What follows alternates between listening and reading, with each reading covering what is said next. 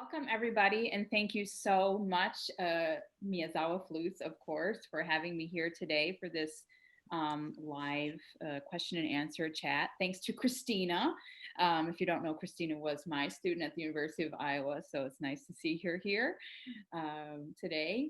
And I see a lot of familiar names in this chat. I'm really excited that you're all here, and I'm here for you. So I really would love to know your questions, and I'd be happy to answer them. So let's get started. Okay, so Susan McLagan, you're asking, how do you teach phrasing? Well, that's a great question.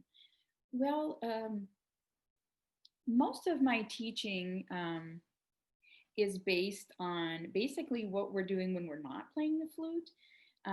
Music is really a reflection of life and nature. And I think it's really important to understand what makes things musical, like what gives the music its meaning, and then you can begin to understand the interpretation or the phrasing, so even the way we talk, we're phrasing all the time. So, that's very natural to us. We just have to make those connections to what we're doing in our everyday lives. So I think that's very important, to not see music as being in like a vacuum, that we are musical every day, just in the way that we speak. That's why I love, for example, learning new languages, because languages are very musical. So, again, going back to the idea of musicality, I think you have to understand what makes the music.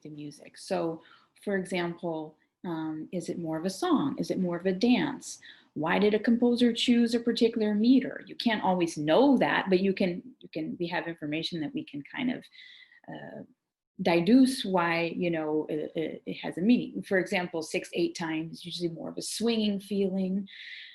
So on and so forth. So the meter, the tempo, the feeling of the tempo, the key that's in the key, the harmony, the melody, all of these things are important to understanding the phrasing. But again, I think you have to think about it very naturally. So I often put words to things. That makes a lot of sense, singing it. But always having a larger musical context to make your decisions, and not being a arbitrary thing. I oftentimes hear people say, like, they learn the notes and the rhythms with the metronome, and then they decide what they want to do with the music later. And for me, it's never about deciding what I want to do with it. I want to understand what the music is doing. So I try to really get inside the mind of the composer, and in a way that I can. We can't, but we have information about the time period the composer lived, the context in which they lived, maybe the political times they were living in, what is the culture like in that country, the food. There's so many different things that we can use to develop a sense of understanding and context surrounded by musicality, which should inform our phrasing. So I hope that answers your question. The next question we have is about articulation. Could you explain about how we do to make fast articulation even? Okay, Kelleries, thank you. I think probably you're talking about double tonguing. And for me, double tonguing is honestly one of the easiest things in the world. It's just not necessarily maybe introduced to us in the best way possible. I think if perhaps we learned double tonguing right when we started to play the instrument, like we learned single tonguing, it probably wouldn't be a big deal. When we speak, saying words with T or K are not necessarily any harder. Like K words aren't any harder than T. I think it's just because sometimes double tonguing is introduced later. It seems like a scary thing, and then we do things physically that are unnecessary. So if you're wanting to get a good double tongue, it's really important that, of course, you have a good sound through the articulation. What's the part of the sound that's really important?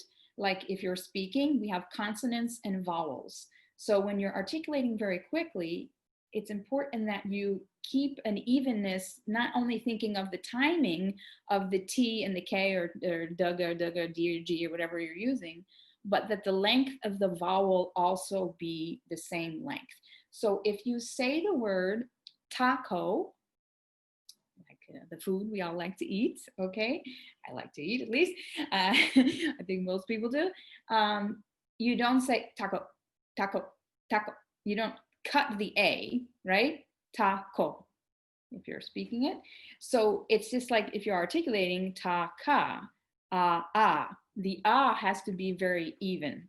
So hopefully if I play, you can hear that. That's slowly, like I said, taco, but taka. Now, double the speed. You see, as I get faster, I'm not making the vowel shorter. Because if you make the vowel shorter, you'll get.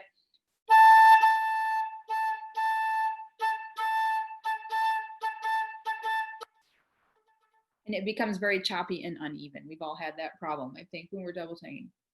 So for me, the articulation is not just about the consonant, the T or the G or the D or the K or whatever you're using. It's about the vowel as well, keeping that even. So when you articulate, you do start with a consonant, but you're preparing the shape of the mouth, the vowel shape, before you say the consonant. For example, if I say taco, my mouth shapes first for the vowel shape.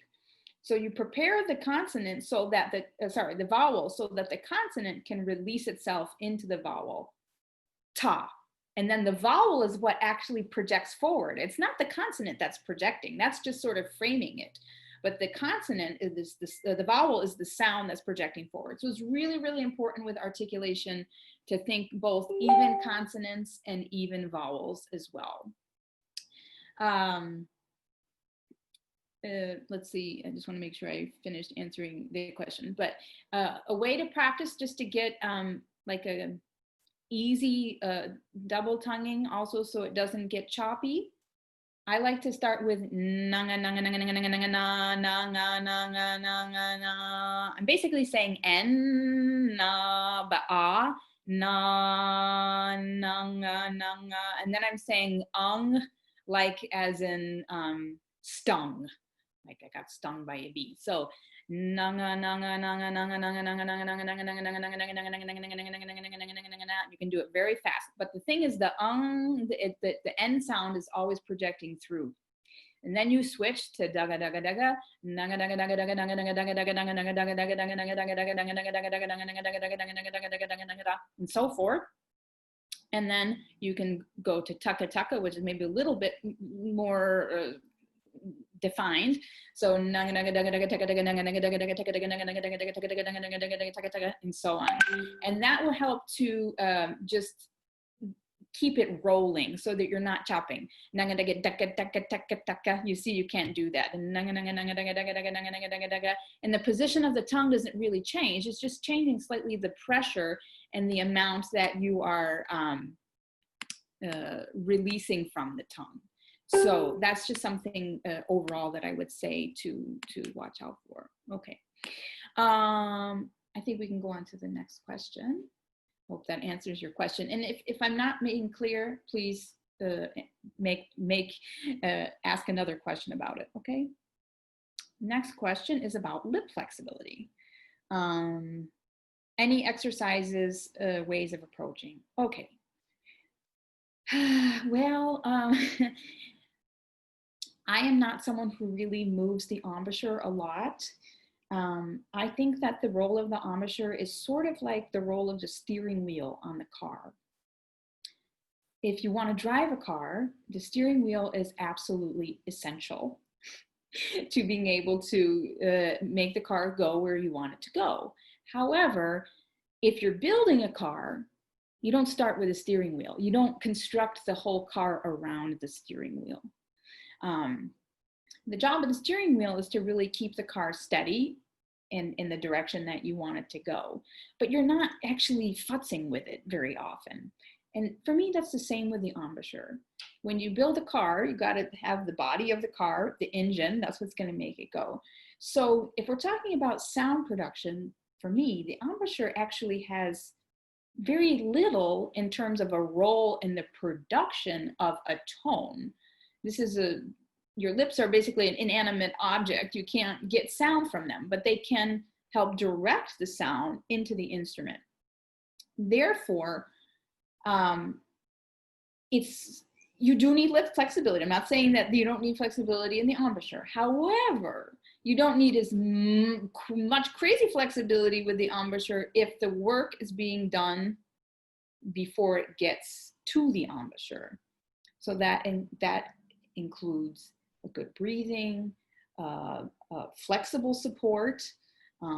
If you have a fixed support, then you're also going to sometimes have to make the embouchure do the work. So what I mean by flexible support is your body has tons of possible spaces for resonating. You need to use those spaces. Then you have the airflow, keeping that consistent. Then there's the embouchure. So in terms of lip flexibility, I don't really think that there's a whole lot needed. If you see my embouchure, if I play low, middle, and high,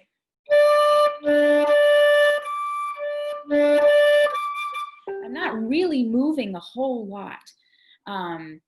What's maybe moving slightly a little bit, first of all, behind the embouchure, my tongue, that's called voicing, right? Like just when you sing and you sing different octaves, you're voicing. So, the back of the tongue is moving. If that doesn't move when you play the flute, of course, the embouchure is going to have to do the job. So that's why you feel like your lips need to be more flexible, because down the line, the job isn't being done where it should be. So make sure you're checking all of those factors before you get to the lips. Now, yes, the lips do need to be supple, and they need to not be so fixed that they can't do what you need them to do. Sometimes you do have to turn corners quickly, just like I said with the steering wheel. So you do have to have a flexibility. So for that,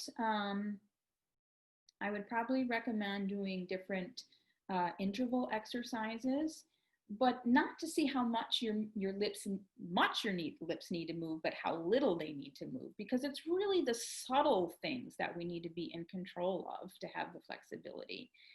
We don't want anarchy in the embouchure. We want just subtle changes to create this flexibility. So I would definitely suggest some interval exercises, whatever book you like. People ask me, what's your favorite book? I say all of them because they're all good. It's just how you use it. But of course, there are many. I know Paul Davies, he has a lot of great interval exercises. Even some I think are available on his website. You could maybe check into those, or Moise. There's so many different resources. So use the resources.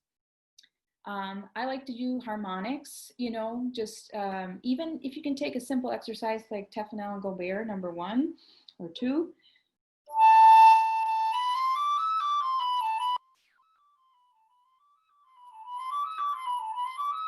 Something like that. And I usually practice it at different dynamics, because the aperture at different dynamics will maybe need to be adjusted, a little smaller for piano, a little bit more open for forte.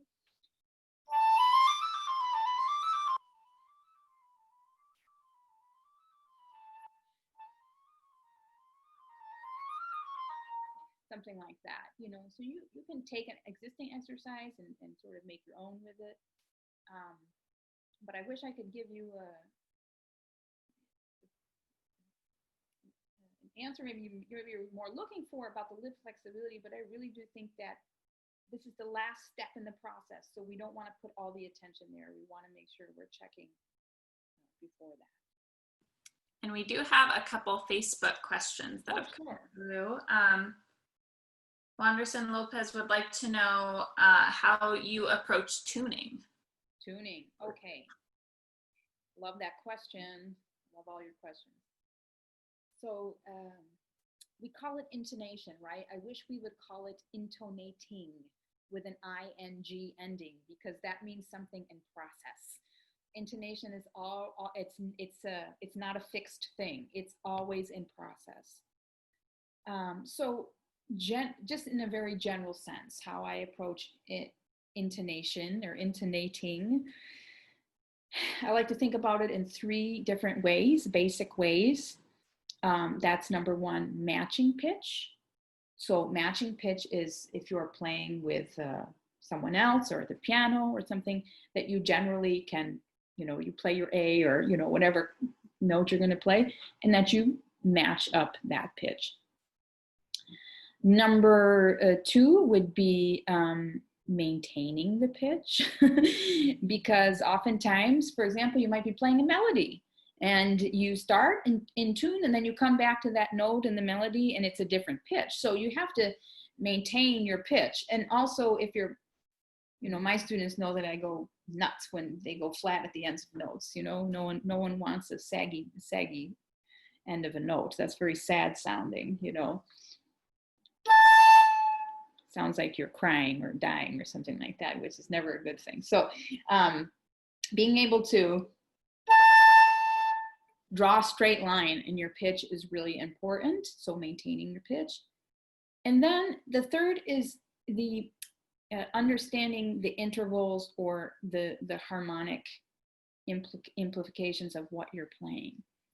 For example, a lot of times students, they tune with the piano and they're in tune, and then they're good at keeping their pitch steady. However, they're not always in tune because they're not intonating, because maybe you're holding a note and it's a long note and the piano has a chord, but then they play another chord and then your note changes function in that chord. So it's not the same note anymore. So the only way to be able to play really in tune is to understand what the context of how you fit into with whomever you're playing. Even if it's a solo piece, the intervals still need to be in tune. So notes have meaning, keys have meaning. So it's really important to understand, like, why did a composer choose that interval? Or, if it's a fifth or a tritone or something like this. A tritone usually means something sinister is happening.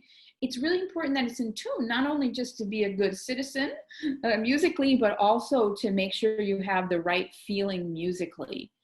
So for flutists, especially, since we do use a lot of vibrato, usually vibrato can have a huge effect on the intonation. So it's really important that you understand, number 1, that vibrato is, by definition, a change of pitch. So you need to be able to control that. Maybe I can show you what I use often with students, sometimes to practice myself, is the Tonal Energy App. Okay, and I put it on the analysis thing here. It's at the bottom. This is on iPhone. When you're really in tune, you get the smiley face. So it's hard to do it holding the phone and playing.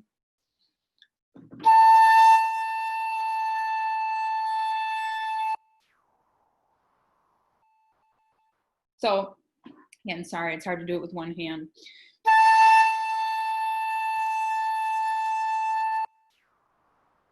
Okay, so smiley face. And then I want to practice my vibrato, okay? So I want to make it so that the vibrato stays around the pitch.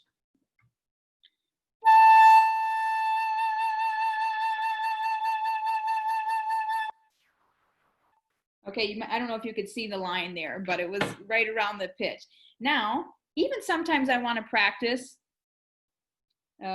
making it go down like very far.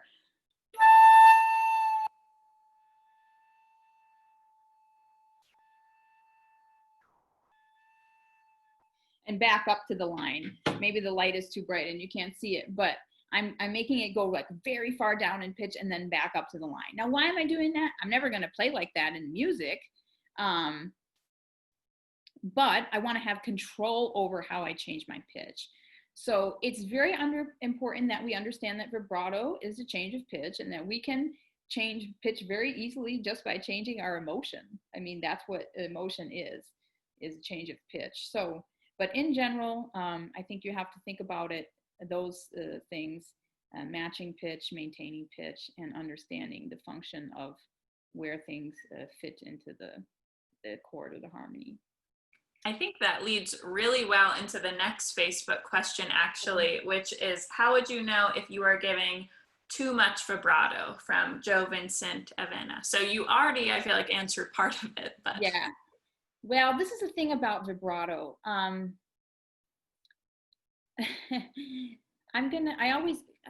Was there an issue with the sound, Christina? I think just if you get a little too close to the mic, it gets really quiet. If I turn on original sound, will it help? I always forget if it's turn it on or turn it off. Having, if you go into the advanced audio settings, having the suppress persistent background noise and suppress intermittent background noise both disabled. Okay.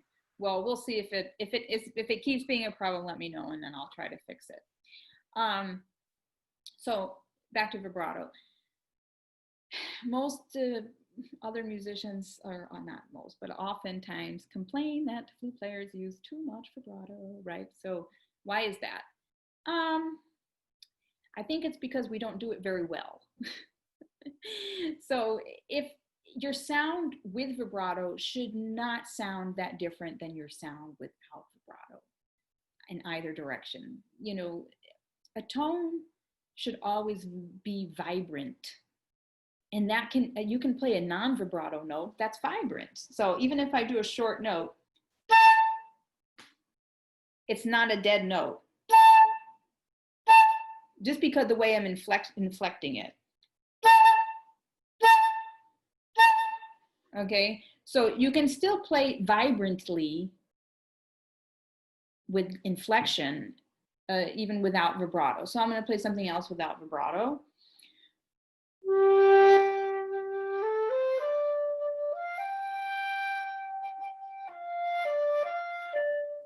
It's a little bit of Debussy. I didn't really use vibrato, maybe a little tiny bit, but I was not also playing a dead tone. So I think we have to understand that we have to have a flexibility in the colors that we're using and the sound quality, so that we can get a vibrant sound, a sound that has life. Because the purpose of vibrato is never that it sounds like you're standing in place and someone is shaking you. That is not the purpose of vibrato. The purpose of vibrato is to give emotion to the tone and emotion to the music. Well, the key word in emotion is motion. And so a vibrato should give the sound motion. And motion doesn't mean like fast. So if you play with a very fast vibrato all the time, something like that, that's also kind of emotionless, because it's just kind of doing the same thing. So it's important that you get a flexibility in your vibrato, both with speeds, intensities, prominence within the tone. Sometimes you want it more prominent, sometimes you want it less prominent, sometimes you want it medium. Also the change in pitch, because maybe you're playing something soft and sweet. Well, the tendency with the flute would be to be flat. So maybe you want your vibrato to be slightly on the optimistic side of the pitch. I don't mean sharp, but I mean that your pitch change from the base of the note, the center line, is going a little bit more above the pitch. Now, if you're playing something very forte, or rich, you might want to be careful that the pitch undulation is a little bit more below, to give the perception that the tone is a little bit more grounded. So that's something that's really important when you're working on vibrato. If you can control that, and you can use the vibrato not only to support your own sound, but also the music, and then it's really supporting what the harmony is doing, the inflection of the meter, all of those things are the feeling of the articulation, then I don't think anyone will complain about it. Great. Should I answer one of the questions from the chat, Christina? Yeah, I think Adeline is next. Adeline. Do you use internal vowel shapes for creating different tone colors as well? Absolutely. Absolutely. If you want like a really rich, like dark, chocolatey sound, I would use something like something very open, and this is where, getting different colors, I would say, going back to the lip flexibility. Yeah. The thing about the lips can make noise, and they sound noisy to us because they're really close to our ears. So maybe I want a really rich sound, but with a little bit more intensity. Then I might use a little bit more lip pressure. So this is like all. Sorry. Without a lot of lip pressure. Now add a little bit more lip pressure. It's a tiny bit more intense in the color. It's not really a different dynamic. So if I wanted to play something really soft and high, I would probably use more like an E.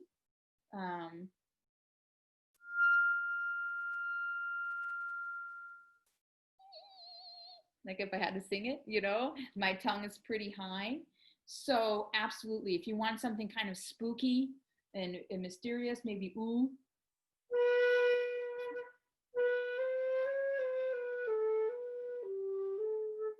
I might even diffuse the air a little bit at the aperture. I like to do that. My students call it my special sauce anyway.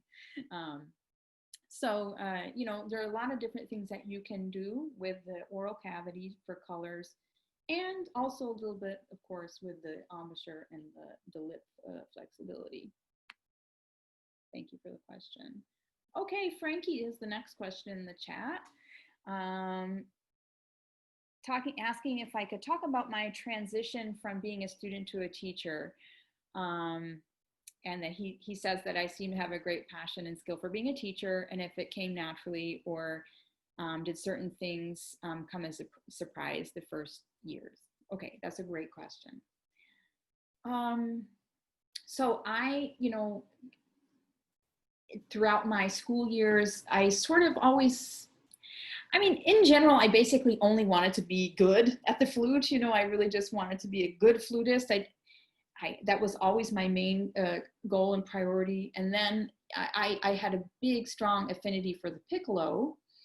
And I thought I would maybe be a piccolo player in an orchestra. But actually where I met Frankie was at the Interlochen Arts Camp where I was teaching.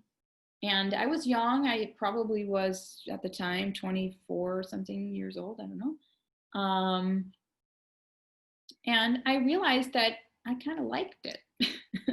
And it seemed that I was getting good results from what I was doing. And the students were responding very well. And so I realized that I did probably have a skill for that. And I sort of fell in love with teaching pretty quickly. And the profile of my career in terms of what I was doing with concerts and writing articles and doing all that stuff actually fit the profile quite well of someone who would be teaching at a university. And so therefore, when I thought that, you know, this job came open, and I was living here, I was playing in an orchestra nearby, and came open, and I thought I'd give it a shot, and they were hiring for a 1-year position, and I did not get it that first time because I was only 26 years old actually, and but I had 1 year to apply again, and I did everything I could possible in that year to be ready. I wanted to show the committee that I had a career trajectory that was, even though maybe I was on the younger side of things, was what they were looking for. So I just took every opportunity I could, traveling to perform, you know, recitals, master classes, writing articles, flute club activity, all sorts of things. So I just tried to be as active as in many things as I possibly could. In terms of being a transition, I think what you're asking about, the transition from being a student to a teacher. When I was a student, I never really saw myself as a student in that sense. And now I don't really see myself as like a professor, even though I'm now the full professor, as we say, and the highest rank I can have as a professor.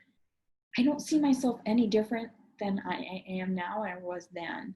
And I think that's one of the things that helped me to be successful on my path, is that my mentality was never for the circumstance that I was in. I always had a very strong goal and kind of set of, you know, personal integrity things that were guiding me in my work. And I never thought to myself like, oh, well, one day when I'm not a student, I'll be able to do this, or right now I'm only a student, so I don't need to worry about this or that. I never really thought those things. I always sort of thought of myself as like a practicing professional, which as students, you basically are. Like if you're at the university, like we have a university hospital and we have residents, they're students. I hope they think they're practicing professionals too, because they're going to be treating people. So sometimes I think as students, we think that there's like a magic force field that we pass through when we get into the professional world, and it's not that way. I think as a student, you have to try to put yourself in a professional mindset no matter what you're doing.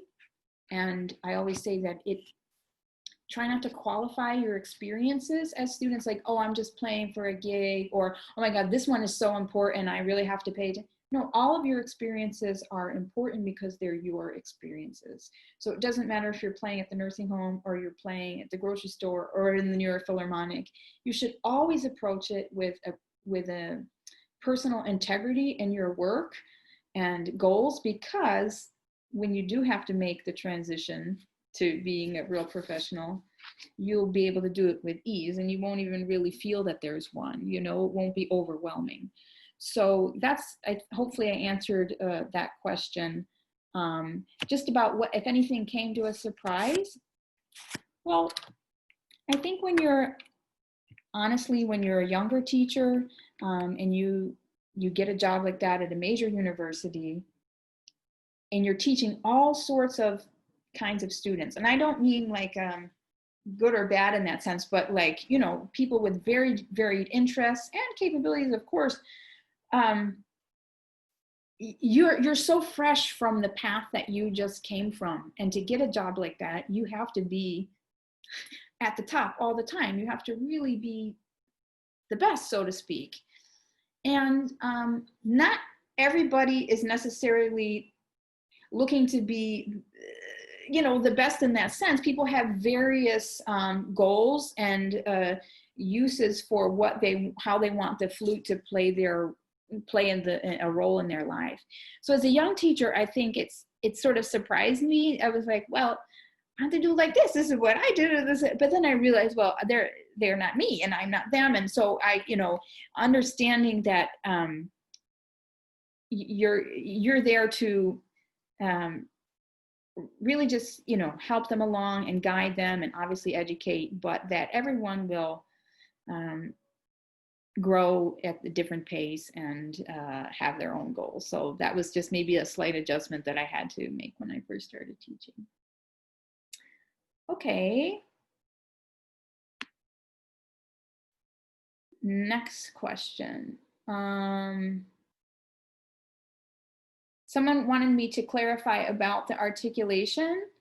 I actually don't use taco. I was just using taco as a word example for something that has an even consonant and vowel thing. So I don't like use an O symbol, just to clarify. But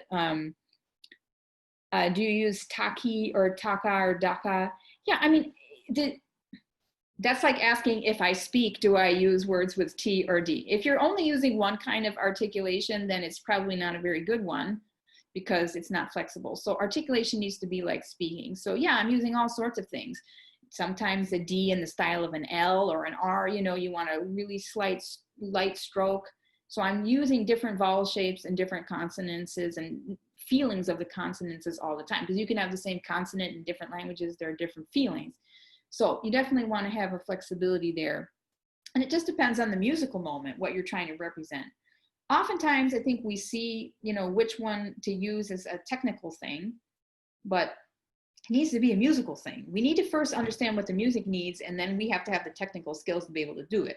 So when you're practicing, you should be always practicing, scales with different kinds of articulation, even if it's the same speed. For example, that's with da da da da da, and then I'll do taka taka. This is a little bit more crisp, maybe, or clear. So definitely different syllables. And then someone's saying is one more correct the other. In which situation would I use? Again, it has to be based on what the music needs and the mood of it, you know, which again is going to be based on key, harmony, meter, time signature, all sorts of different things. Okay, it seems the next question. What advice would you give students who are leaving college and starting off on their musical careers? I think I sort of answered that also with answering Francesco's question about, you know, transitioning to student life, that there's no real magical force field you go through or door that you go through becoming a professional from being a student. So I think it's always important as a student that you're really thinking far down the road in terms of, you know, how you can make an impact. You might not know exactly what you're going to be doing because, you know, you can't always know in advance your opportunities, but you can think about how you want to make an impact. I mean, these days, it takes a lot. It takes a lot. We got to be honest. It takes a lot to be successful in this field. But when I say successful, I think we can think of that as a very narrow word. You know, successful is only the people that are at the top of what the profession considers to be the best. And I don't think that you should see it that way. I think success is when you can find happiness and enjoyment in what you do, number one, and that you are able to have a career that is fulfilling to you and to others. Because, you know, music is not for ourselves. It's for, not just for ourselves, of course, it's for ourselves too, but it's for sharing with others and sharing something positive and beautiful to the world. So whether you know, if you have a performance degree, but then you end up going into administration, or that doesn't mean you're not successful. That means that you want to contribute in a different way. So I think it's really important to recognize that there are many, many ways in which you can be successful and contribute and be the best whatever you are, even if it's the garbage man. You know, you can be the best garbage man in the world, you know, if that's what you choose to do. So I always tell my students, actually, sometimes they say, like, what goals do you have for me? And I say, I don't have any goals for you. And sometimes they look at me like, what? You know, and I say, well, I'm here to help you with your goals. In the end, you know, I've had many students, brilliant players that in the end, maybe don't even decide to go on in performance or something because they found happiness in doing something else. And I'm actually happy if I help them find that, even if it's not, you know, leading them to a career like playing the instrument. And I don't consider that as any kind of failure as a teacher. I think it doesn't matter. You know, I think, you know, again, it goes back to what the goal of music is, and the skills that you can learn as a musician too, can sometimes lead people to grow into other things. And I think that's so important because we need good people in lots of different fields in this world. So my advice to students leaving college is, you know, have specific goals for yourself. Don't wait for other people to always get, you know, give the opportunities or give permission for you to do something. If you have an idea, develop it, you know, be proactive. These days, it's very important to be flexible, proactive, innovative, creative, and very hardworking and organized. Okay, next question. Christina, are we good? Do we have any more Facebook questions, or should I go on with the chat? Look good on Facebook questions for now, but Cal, okay. Just say hi. Hi. Question is about Piccolo Embouchure. How do I teach it? I don't. Again, I don't teach embouchure. I'm going back to my embouchure question. I don't think you can, and you're probably looking at me like I have three heads saying that, but everybody is different, you know. For me, you can't teach someone an embouchure like this is an embouchure. I have to look at the student and say, okay, this is going on with your lips. You have a slightly thinner lower lip, so therefore maybe it needs to be a little lower. If you have a fuller lower lip, maybe it needs to be higher. If you have a crooked tooth like me, maybe you're a little to the left or a little to the right. So in terms of teaching embouchure, I need to look at the student, and I'm just guiding them to make sure that their instrument is aligned with what the embouchure is doing. I don't do really embouchure changes. That's not me. I don't change people's faces. I don't put people's lips into arbitrary positions. That has nothing to do with anything. I'm sorry. I have to be very frank and honest about that. I think that's one of the worst things that you can do to a student is try to say, like, this is the way the embouchure goes. No, you have to look at the student and say, let's see what's going on with you, and let's make sure your instrument is lined up well. Now, on the piccolo, you're asking about how much to roll in, roll out, how high to put it on your lips. Again, that is all going to be individual. Like, if you have a thinner lower lip, it might need to be a little lower. If it's a fuller lower lip, a little higher, because you need to have, it's like having a reed, you know, the reed has to be the right distance inside the mouth. It can't be too much in the mouth, too far. So that's going to be different for everybody depending on the size of their lips. What's most important, again, is the alignment of the aperture to the embouchure holes. I don't have my piccolo here. I'm out on the table, sorry. It's in the other room. But for example, I have a left-sided embouchure. So I cannot align my flute parallel to my body. It's not lined up. It's two holes not lining up, basically. So I just need to line it up. I don't need to change my embouchure. I don't need to change my teeth. I don't need to get braces. I don't need to do any of that. All I need to do, move my flute to the left, and there I am, lined up, you know? So oftentimes what, again, seems like it needs to be an embouchure change is something before the embouchure is happening, you know? So make sure you're always checking that, because that's the last step. In terms of piccolo, rolling in or rolling out, I don't want to say roll in or roll out, but it's a small instrument, so it's easy that the arms kind of stay too close to the body, and that actually can roll it out too much. And on the piccolo, it does not always sound too great if it's too rolled out. I do cover slightly more embouchure hole, perhaps, on the piccolo than I do on the flute. That does not mean covered. I'm not saying to cover and, you know, make a covered sound, but you do have to be aware that you want to make sure it's focused. So just sometimes even bringing the left elbow up a little bit helps with that, you know, rather than trying to just really cover the hole. Just making sure you have enough contact so that the air arrives in the flute because it's going up and then it's going like this. It's kind of like an airplane, you know, arriving. So the instrument has to be at the right angle to receive that. So if you're rolled in too much, you know, you're going to go over it. And if it's rolled out too much, also you're going to miss it. So you gotta just, it's more of an alignment and how the instrument is receiving the air question than a position of the lips. Next question, is there any breathing exercises I would suggest? Do you do any stretching exercises? Nope, I don't do any of that.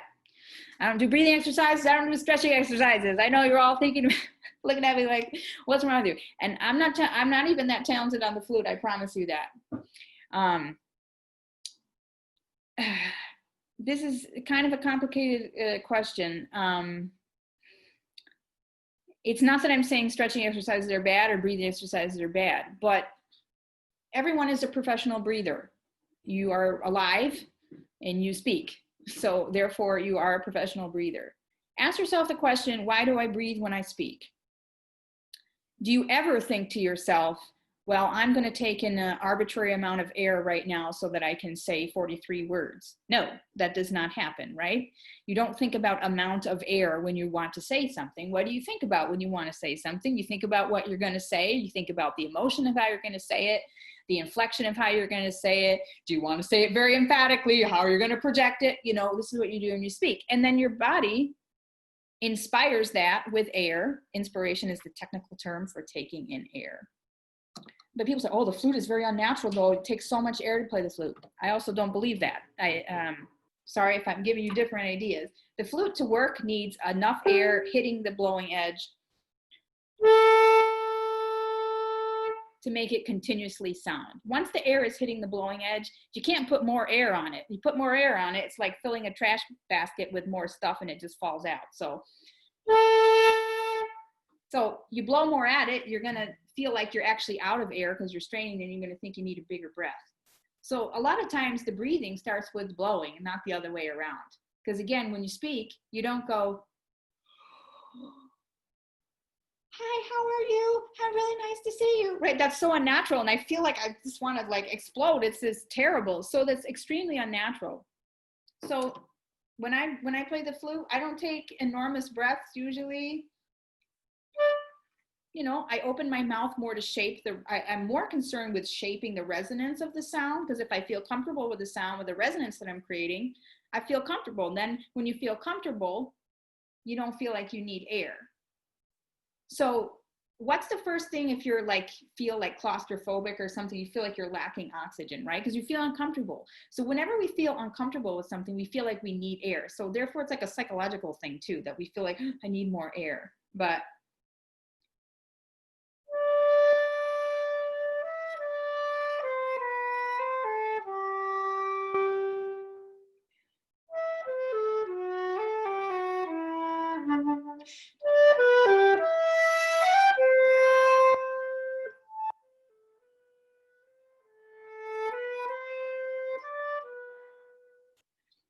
no problem, not running out of air. I can say what I need to do. I didn't go, because then I'm holding back my air. It has nothing to do with what I'm about to say. So again, breathing, yes, there are things that you can do if you really want to do breathing exercises. You feel like you need to control the output of the air. You can do things like breathe in for 8 counts, blow out for 8 counts, breathe in for 4 counts, blow out for 8 counts, breathe in for 2 counts, out for 8 counts, breathe in 1 count, out for 8 counts. You can breathe in 4 counts, out for 16 counts, breathe in for 2 counts, out for 16 counts, breathe in 1 count, out for 16 counts. You can do exercises like that. There are exercises that can be done. But again, I think if you can relate it to what you do when you're not playing the flute, you'll already have a better understanding of what to do when you do play the flute. About dexterity of the fingers. No, again, if you're having tension in the fingers, it's because there's also either tension in someone else or a lack of tension. You know, tension is not always a bad thing. Proper tension, okay? That word tension always is associated as a negative thing, but it's not necessarily negative if it's associated with balance. Because in order to balance something, you have to have a certain amount of tension. Like my arm right now, even right now, has tension in it. If it didn't, it would go down, right? So but I'm not tense. So there's a difference. In terms of dexterity of the fingers, it's never been an issue for me, despite I have a very strange hand thing. You know, my pinky curves like this, and this 4th finger flattens out completely when I play. I don't have pain. It's never given me a real problem. Maybe I don't have the most perfect right hand technique in the world. You know, we had to compare, but I've understood how to make it work for me, which I think is really important. But what I think you need to understand is that the fingers, your fingers, a lot of times even saying like keep the fingers close to the keys, that sounds like a good thing to say and is not necessarily bad advice. But when you walk, do you keep your feet close to the floor all the time or absolutely close to the floor? No, then you can't walk. So there has to be some movement going on. And sometimes you have to really prepare to change the finger. So in terms of dexterity and flexibility, I think what's more important is timing and the way of releasing the key. So, you know, practicing like trill exercises, I think is really good to understand that when you're moving one finger, you have to have the other finger next to it a little bit more stable. I don't mean press hard, you know, I don't want everybody yelling at me. I'm not saying to press the flute hard, but there has to be a stability somewhere when there's movement. Show me one thing in life where everything is just moving. No, even if you walk, again, the floor has to be stable. When you walk, if the floor was moving, you'd have a hard time walking, right? So like just thinking of the flute as being stable and that the finger next to the one that you're moving is also being stable. So like Tonal Energy App, the last exercise in the book.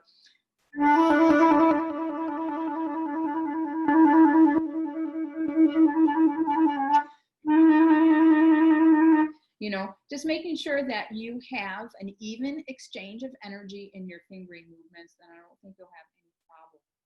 You know, if you are having pain, you got to watch out for that. It might not even be related to your flute playing. Check these days with phones, what we're doing sometimes, thumb texting and everything, or the iPad, you know, or who knows, you're playing a video game, you can get weird stuff. So make sure you're also watching out for things that you're doing when not playing the flute. We do have another Facebook question asking about your mindset before a performance and how do you not get nervous and handle making mistakes during a performance or audition? Sure. Pretty much my mindset is that both will happen. I will probably get nervous at some point and I will make a mistake. So I think if you go into something, you know, waiting for that moment, like, oh my God, this moment, it's really hard to be in the present because you're always thinking about something else, you know? So I think the thing about being nervous is we tend to get nervous about being nervous. Oh no, I'm really prepared, but what if I get nervous? So you're, you know, thinking about it in advance, even though you're not nervous yet, but you're worried about being nervous. So I think you got to go, yeah, probably going to get nervous. Yep. Probably going to happen around 5 o'clock. You know, my concert's at 8. So, you know, maybe I'll hang out with my friend then, because when I hang out with my friends, I don't get, you know, I calm down, or, you know, maybe I'll drink my tea or whatever works for you, you know, but you got to prepare that you probably will be, because when you say, I'm not going to get nervous, and then you do, you're creating a bigger conflict with you and yourself. And what happens with conflict? You feel uncomfortable, and that's when you get breathing problems, and you start, you know, anytime where you don't feel comfortable is when problems start. So if you just accept that you're probably going to get nervous, you'll feel more comfortable with the feeling of being nervous. And then, you know, eventually sometimes it might happen, sometimes it might not. I mean, quite honestly, I get nervous in the weirdest times. I've sat with the most famous flutist sitting in front of me playing, and I'm not nervous at all, but I might go to the, you know, retirement home, and then all of a sudden I'm nervous. I mean, who knows? I mean, weird things can happen. So I think you got to be prepared for anything. Sorry, what was the second part of the question? Nervous, and then? So how do you not get nervous? And like, how do you handle making mistakes during a performance or audition? Well, again, I accept that I'll probably make them in advance. It's something, you know, I try not to, you know, but I think it's like, you know, figure skating, you know, the whole world is watching you and you fall and you got to get up and just go on with the program like nothing ever happened, you know. And to us, it's like we put so much time into this, and it's like, oh, I made a mistake, and we can dwell on it. I think it's really important when you play in a performance to try not to editorialize yourself as you're playing, because in the same time, sometimes we celebrate when we do something really good. Maybe we did this amazing vibrato on a note, or we really nailed this fast passage. And then what happens right after that? We lose our focus on the music because we're thinking about our dumb selves anyway. So our egos got in the way, even in the positive sense. And then we make a mistake, you know. So I think it's really important to, on both sides, try not to either celebrate too much while you're playing or be negative, and just really be in the moment. And that's why we practice, so that we can be flexible for anything. That's why we practice sometimes. You know, we think we're practicing to do it one way. We should be practicing to be flexible and be in control. You know, sometimes we have such a fixed idea of how it needs to be, and that actually can be limiting ourselves. So it also boils down to how you're practicing. Sometimes, you know, things happen that are completely out of your control. You know, who knows? The pianist passes out, the lights go out, who knows? And so you just gotta wing it and go with the flow, and, you know, be creative sometimes. And I think our next question on the Zoom chat is from Adeline again, asking you if you could talk about the Lafrite. Sure. Well, I think you can find a lot of info online, even from me, on my thoughts about it. I've been very free and clear about my opinions about it, and I started using it in 2015, I think, so about 5 years ago, and it has not come off my flute since, basically. It's just part of my flute. I just don't play without it. It's like having the crown, you know. To me, it's a very integral part of making the flute sound as it should. So basically, the purpose of the Le Freak is to make the overtones within the sound more in tune, and therefore the sound is also more projecting. The next question was about audio video recording. Well, I have to say, you know, I've been doing acapellas a lot. I think I've done like, you know, 60, 70 in the last couple of months. I use Le Freaks on all my instruments. And what the comment I get the most is, wow, how come your things are so in tune? Well, hopefully I play in tune, but the Le Freaks help so tremendously to really play so in tune, especially when you're being recorded and it's very easy for the sound to get distorted. It really helps to take a lot of distortion on the sound. So I have to say that I can't imagine doing it without, because it definitely helps a lot for the intonation. It's not a magic pill. It's not, I'm not saying you put it on and you're automatically in tune. You still have to play in tune. But the part that you can't do physics-wise, it definitely helps in the sound. So that's what I'll say about that. And then we have the question about audio, video recording, microphones, placement of the phone recorder in relation to the flute.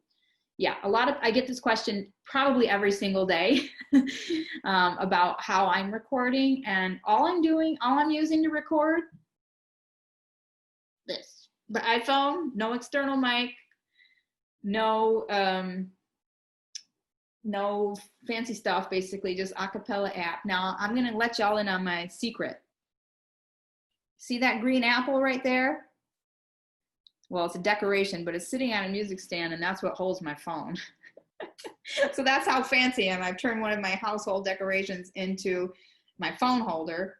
So when I make those recordings, I am usually probably, let's see, about 3 feet away from the phone. Sorry, did I mute you? Sorry. About 3 feet away from the phone. But again, it depends on what you're trying to do. That works well for that app and that phone microphone. Now, these days, with the iPad or the phone, you can get a pretty decent video quality. The audio quality is not the best. So I do adjust the sound levels in the acapella app. When I use that app, you know, you add a little reverb, you can adjust the voices and gain on the mic and stuff like that. But if you're looking to make a recording for an audition or something like that, try to get the best possible quality that you can, especially for the sound. I would avoid, especially for an audition or competition, adding too much artificial reverb or something like that, because they really want to be able to hear your true sound. Again, that kind of depends on the room, how live it is, how dead it is, those kinds of things. So there's many variables there. Yeah. Okay. Are there any books, articles, websites, videos, apps, and general resources you would recommend? All of them, all of them. Again, that's a question I get all the time. There's no bad resource. Every resource is great. Be as curious as possible. Get all the books. Someone says, do you prefer Moise or Tefnel and Gobert? I don't prefer either one. How can you say a scale is better than another scale? There's only the way that you practice it, which can be more effective.